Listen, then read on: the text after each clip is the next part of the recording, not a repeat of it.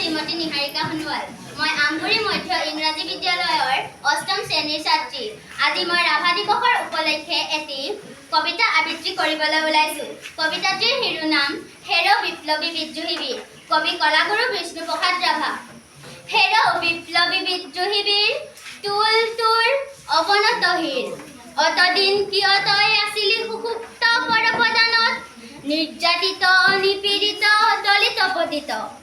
আজি এই নতুন যুগত হ তই জাগ্ৰত, হেৰ হেৰ অগণি যুগৰ ৰঙা ফিৰিঙতি শিখা, জল জল উঠ উঠ আন কাঢ়ি ৰুদ্ৰ কপালৰ ৰক্ত চন্দ্ৰকলাৰ ৰেখা, তুলিল তুলিল হৌ কৰালি কালিৰ ভীম ভয়ংকৰ খৰ্গ, ভাং ভাং ভাং ভাং কাৰাৰ কপাত, হত অভিশাপপূৰ্ণ এই দুখময় দুৰ্গ।